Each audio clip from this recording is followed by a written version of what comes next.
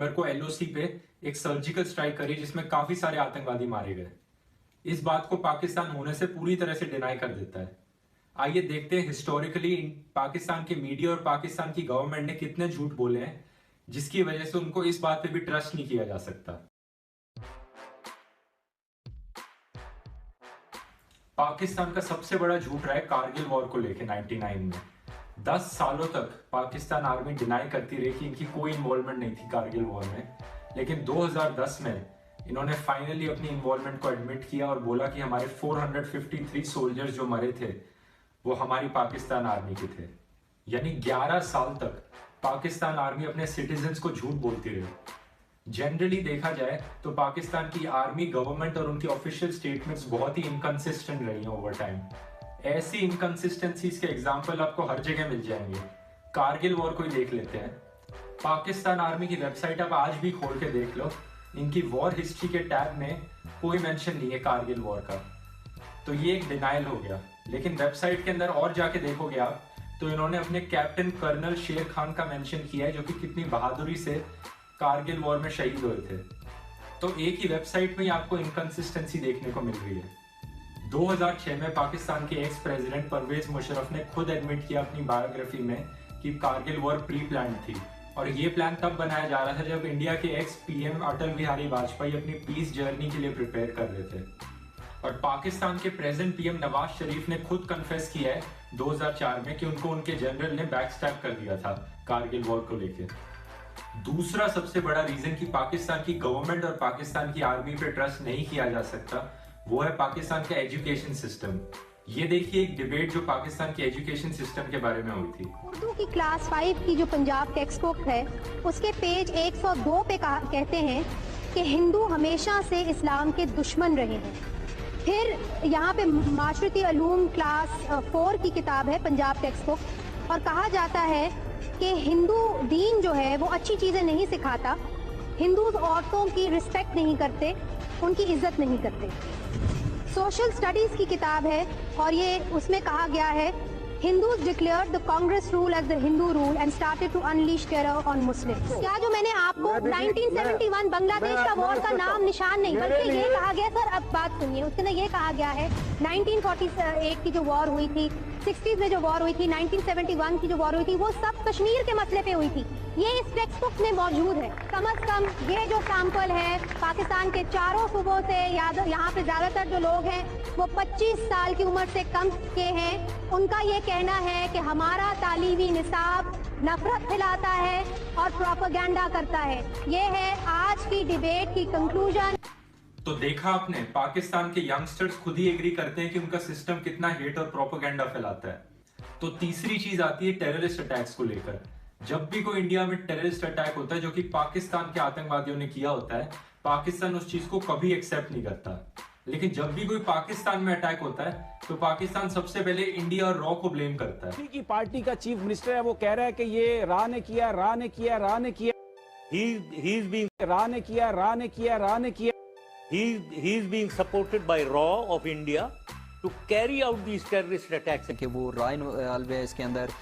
बड़ी क्लैरिटी के साथ उन्होंने कहा कि इसमें रॉ मुलव्वस है। तो एक्सप्रेस अखबार दिखा देता हूँ आज, ये 4 दिन पहले पब्लिश हुआ था कि रॉ का या रॉ से कोई न कोई ताल्लुक मौजूद।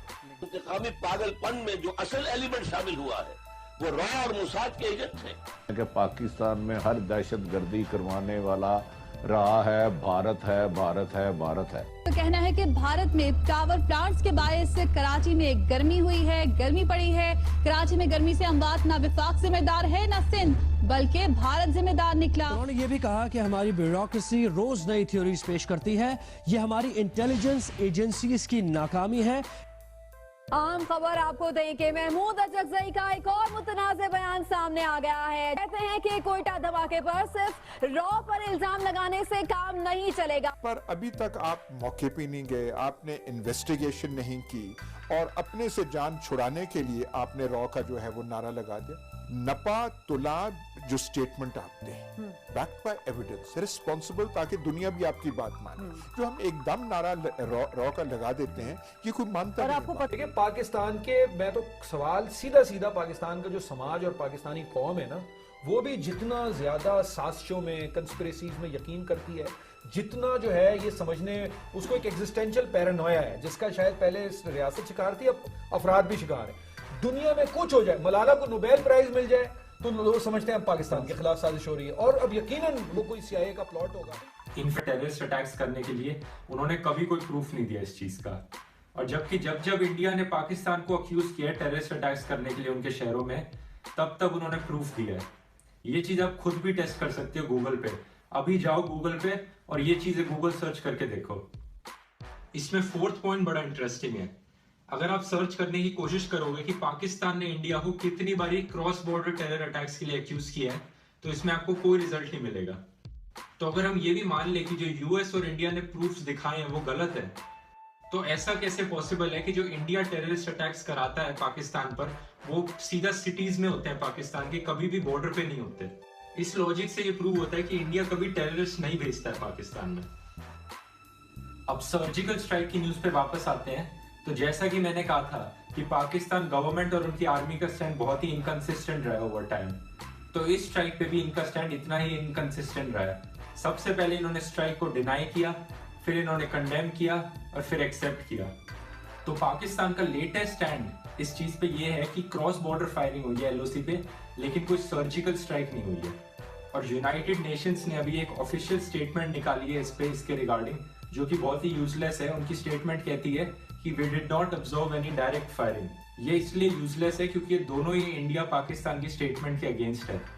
अगर उन्होंने कोई फायरिंग ऑब्जर्व नहीं करी तो ना ही सर्जिकल स्ट्राइक हुई है और ना ही क्रॉस बॉर्डर फायरिंग हुई है, तो दोनों को ही गलत प्रूफ कर देती है। और ये सर्जिकल स्ट्राइक होना कोई नई खबर नहीं है। इंडियन आर्मी पहले भी 2007-2013 में सर्जिकल स्ट्राइक्स करती रही है, बस फर्क इतना था कि इतने बड़े स्केल पे नहीं करी थी और पब्लिकली अनाउंस करके नहीं करी थी।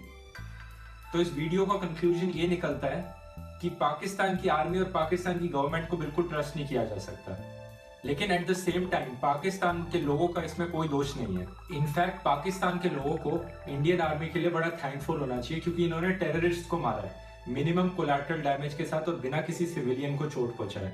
ये वही टेररिस्ट हैं जो पाकिस्तान में आकर भी हमला कर सकते थे फ्यूचर में। उम्मीद है आपको वीडियो पसंद आया होगा। अगर आपको पसंद आया तो आप मेरे को YouTube पे सब्सक्राइब कर सकते हैं यहाँ पे।